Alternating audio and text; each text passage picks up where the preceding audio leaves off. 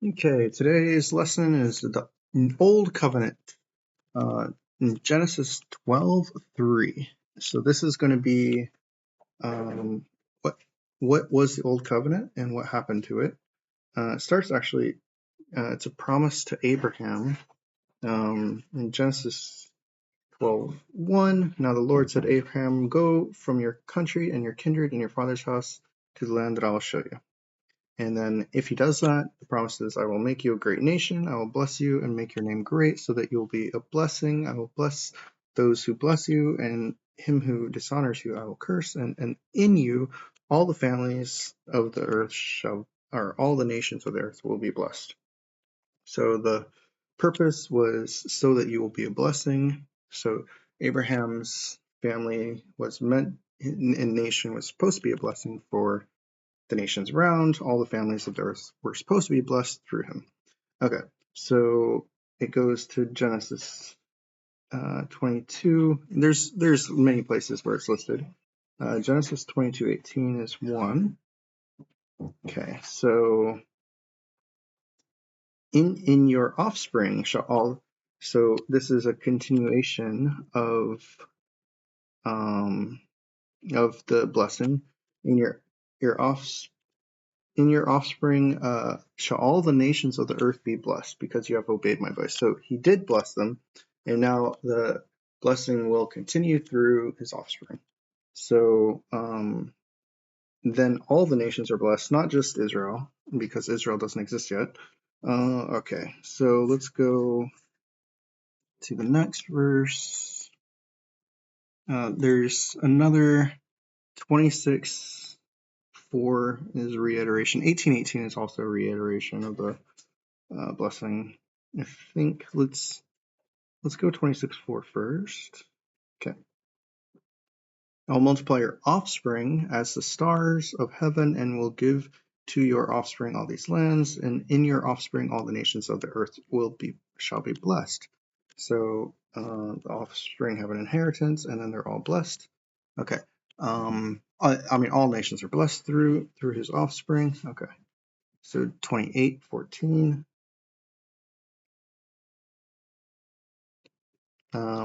Your offspring shall be like the dust of the earth, and you shall spread abroad to the west and to the east and to the north and to the south, and in you and your offspring shall all the families of the earth be blessed. So the covenant with Abraham is the means for God to bless all the nations of the earth. He wanted to bless the whole world. Okay, so that was the initial covenant. So it continues because Isaac gets his birthright from Abraham. So um, um, Abraham has two sons, Isaac and Ishmael. Well, he has more after with his second wife Keturah, but uh, uh, Ishmael was his firstborn, but he was not the promised seed for the covenant. Isaac was the promise of the covenant. I don't remember the verse. Let me try to find it.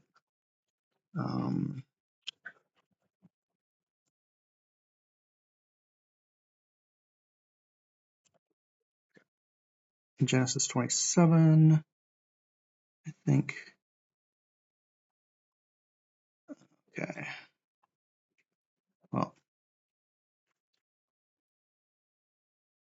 anyway, let's continue. So it goes first. It goes through Isaac, and then it goes to Isaac's son. He wanted to give it to Esau, but Esau sold his birthright, or the blessing, for some food to Isaac, to Jacob. So Jacob gets the birthright, and Jacob secures the birthright by pretending to be Esau on Isaac's deathbed, and then Jacob gets the birthright. All right, and then after that, Jacob he has two wives, and between them he has 12 children, and through the 12 children, that Jacob's renamed Israel, and Jacob's blessing is now Israel, known as the covenant with Israel. This continues until, so there's that blessing, that blessing Israel will, all nations will be blessed. Then it goes to Moses, because Israel gets oppressed by Egypt. Israel wants to leave. Moses leads them out.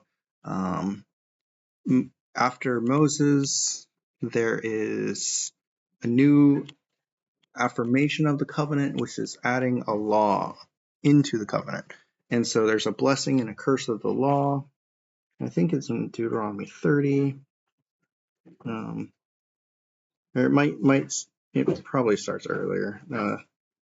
So the covenant is 29. These are the words of covenant that the Lord commanded Moses to make with the people of Israel, besides the covenant that he had made with them at Horeb. And he said, "You have seen all the things." Continues. "I've led you. You're sinning, your little ones." Okay. That he may establish with you today as his people, that he may be your God as he promised you, and as he swore to your fathers, to Abraham, to Isaac, and to Jacob. It is not with you alone that I am making this sworn covenant, but with whoever is standing here with us today before the Lord our God, and with whoever is not here with us today. You know how we lived in the land of Egypt. Okay. When one who, when he hears the words of the sworn covenant, blesses himself in his heart, saying, "I shall be safe, though I walk in a submersive heart. The Lord will not be willing to forgive him." And next year. Okay. And then he's predicting what's going to happen. Okay. And why has the Lord done this to the land? What causes heat? People will say it is because they abandoned the covenant of their God, of their fathers. So he's going to say, hey, you're going to break the covenant in the future. And the Lord uprooted them. And so he continues, so saying, eventually you're going to break it. This will be affirmed, broken covenant in, yeah. So, well, so it happens multiple times that Israel breaks it. The first, like after they get the promised land, they go worshiping other gods, get taken away captive, return to the Lord, repeat multiple times. Eventually, they abandon the God as their judge through the judges and want a king. And God says they are rejecting not you, they're rejecting me. And then eventually Israel becomes so corrupt through the kings that they're always doing evil, and every single king is evil, and they're all sacrificing their children to Molech, and they became way more evil than the nations around. And it gets to the point where in Manasseh, his in Second Kings 23-26, God says, "Hey, I'm just gonna let you be taken away," and that's going to be the end of the covenants. Okay, and the kings. Okay. So yeah, Josiah was like the last good king. Israel and Judah had split up after Solomon. Israel from then on, after the split, was always evil, every single king. Judah had a couple good kings between. So Israel was taken captive first, and then Judah later, because Judah became evil afterwards. Okay, so Judah. Second, where am I? Okay. So 2 Kings 23:26. Still the Lord did not turn from the burning of his great wrath, by which his anger was kindled against Judah, because of all the provocations with which Manasseh had provoked him. So I'll remove Judah also out of my sight, as I have removed Israel. So he's already split up from Israel, but now he's also going to divorce Judah. And so a couple kings later, Zedekiah becomes the last king. They get taken away to Babylon, and there are affirmations of a broken covenant. First in Jeremiah 11, well, there were prophets, I think, before Jeremiah that were speaking of a divorce and speaking of not my people. Let's start with Hosea 1:9. So Hosea 1 verse 9, and the Lord said, call his name, so he's talking to his prophet about naming his son, call his name not my people, for you are not my people, and I am not your God. So this is him talking to Judah, because he'd already split with Israel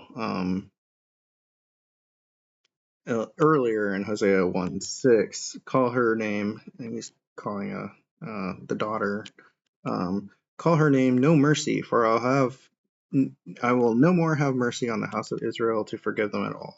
Okay, and then so Amos would, I think Amos is before.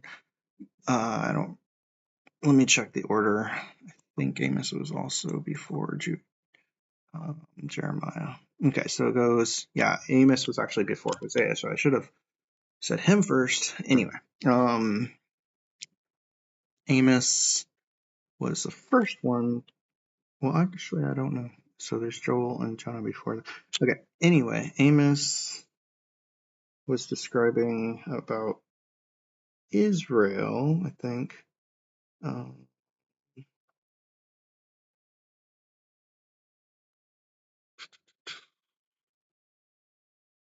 Darn it. Okay, well, let me see what the quote was, and I'll look it up real quick. No more to rise. What was that? I think that was Amos 5:2. Okay, Amos 5. Let's go Amos 5:2. And I think also, okay, fallen, no more to rise is the virgin Israel, forsaken on her land with none to raise her up. So he's saying Israel is gone. Amos 8, also verse 2, part 2, the end has come upon my people Israel, I will never again pass by them. So this seems contrary to his promises of some sort of redemption that come later. But that is because Jeremiah explains this. Okay, so Jeremiah 11, a broken covenant. This is where he's saying the covenant is broken. Okay, hear the words of this covenant and speak to the men of Judah. This is verse 2. Okay, and the inhabitants of Jerusalem. Well, let me skip down. So he's describing what the covenant was with Moses, and that they promised they would keep or take the curse upon themselves, yet they did not obey in verse 8 or incline their ear. Therefore I brought upon them all the words of this covenant which I commanded them to do, but did not. Let's skip down. So, okay, verse 10. So this is where the covenant is officially broken. They have turned back to the iniquities of their forefathers who refused to hear my words. They have gone after other gods to serve them. The house of Israel and the house of Judah have broken my covenant. So now it is not only Israel, it is Judah. Israel broke it first, Judah broke it after. So the covenant's broken. Have broken my covenant that I made with their fathers. And then Jeremiah 31, or 30, 31, 32, I think. Okay, so let's go. I'm sure there's plenty of good stuff. This is just what I've gathered so far. A new covenant. Behold, the days are coming, and this is 31:31. declares Lord, when I will make a new covenant with the house of Israel and the house of Judah. So right now there's a broken one, so it doesn't exist. So there's this time frame that there is no covenant because the covenant is broken, uh, and so there's going to be a new one, not like the covenant I made with their fathers on the day. So it's going to be different. When I took them by the hand to bring them out of the land of Egypt, my covenant that they broke. So once again, he's saying it's broken, though I was their husband, declares the Lord. So he's not saying I am their husband. He's saying I was. Like Jeremiah 3 is emphasizing there's still a chance at the point of Jeremiah 3, I guess. He was still trying to call Judah back at the time. If a man divorces his wife and she goes from him and becomes another man's wife, will he return to her? Would not the land be greatly polluted? So God had a law that you can't return to your wife if she goes with somebody else after you've divorced, right? So he's saying they divorced. He's saying they already went, and he's giving them a chance to come back anyway. Um, but and this is him talking to Judah. Yet her treacherous sister Judah did not fear, but she too went and played the whore. Yet for all this, her treacherous sister Judah did not return with her whole heart. Faithless. Okay. Oh, no. He's giving both Israel and Judah a chance, I guess, at this point. So return faithless Israel. Okay. Anyway, now we'll bring back to Zion, but they did not return. Instead, they broke the covenant, officially broken, and God makes the promise of a new covenant. So the condition of the new covenant is probably best described in, like for the Jewish people who don't know anything about the New Testament, there's something that has to happen between the broken covenant and the new covenant, and that will be the coming of his servant. In Isaiah 54, well, I guess Isaiah 52 is where it starts the servant thing, yeah. So there's all this bad stuff that happens, but behold, my servant shall act wisely. In 52:13, he shall be high and lifted up, he shall be exalted. Continuing down, he shall sprinkle many nations, kings shall shut their mouths because of him. Continuing in Isaiah 53, who has believed what he has heard from us, who has the arm of the Lord been revealed, for he grew up before him like a young plant. And this is talking about a Messiah, which Jews don't believe has come yet. But anyway, and like a root out of dry ground, he has no form or majesty that should look, no beauty we should desire. He was despised and rejected, a man of sorrows, acquainted with grief, and one from whom men hid their faces. He was despised, and we esteemed him not. Surely he has borne our griefs, carried our sorrows, esteemed and stricken, smitten by God, and afflicted, but he was pierced for our transgressions. So this is when the Messiah comes, he gets pierced for Israel's transgressions. He was crushed for our iniquities. Upon him was the chastisement that brought us peace. So the requirement between the old covenant and the new covenant is this Messiah that comes and brings peace by being crushed for their iniquities, pierced for transgressions, by his wounds they are healed, and we like sheep have gone astray, and that would be the lost sheep of the house of Israel, basically. So it's describing Israel. We have turned everyone to his own way, and the Lord has laid upon him the iniquity of us all. So that Messiah that comes will receive the punishment of Israel upon himself so that they can have peace with God again. And then it will usher in a new covenant. And that's when he describes the salvation in Isaiah 54, the eternal covenant of peace. Let's go, and it's just like praise for the Lord, for the children. Part 2, verse 1. The children of the desolate. It's just positive stuff of things that will happen. Offspring will possess nations, people, desolate cities. Yeah. So some more information about this. This Messiah that would come. There's another description in Psalm 22, and okay, this would be about the Messiah suffering. So he's going to suffer. He's poured out, verse 4. Well, what, my God, why have you forsaken me? You will have heard that before by a quote by Jesus when he was on the cross. Why are you so far from saving me from the words of my groaning? Okay, so, oh my God, I cry by day. So the continuation of the psalm is that he ends up, I'm a worm, not a man, scorned by mankind, despised by the people. They mock me. All who see me mock me.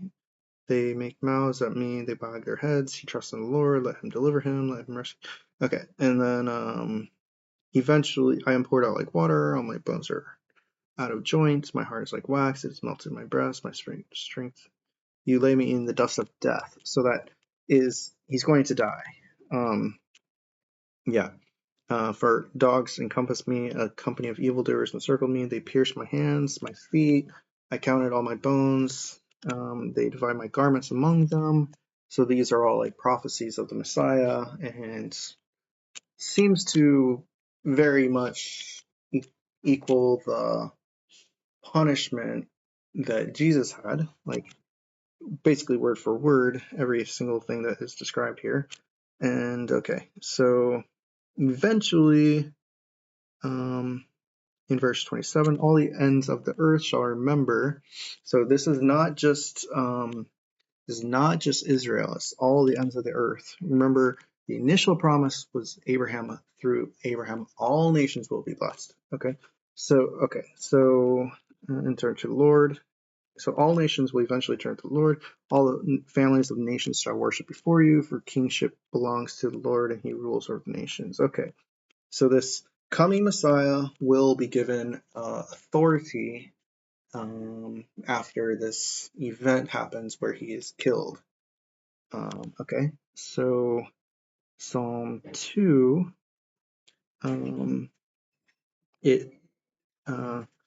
verse 8 or verse 7, I will tell you of the decree. The Lord said to me, you are my son, today I've begotten you. So this Messiah is going to be considered the begotten son of God. The only time anybody's been considered begotten, ask of me, and I will make the nations your heritage and the ends of the earth your possession. So he's going to be the ruler over, or have the authority over the nations. At the very end of that is, blessed are all who take refuge in him. So that Messiah, blessed are all who take refuge in him. That is how all the nations will be blessed. Okay, so in the New Testament, this new covenant, well, we'll get into that new covenant another time. Let's end this one here. Okay.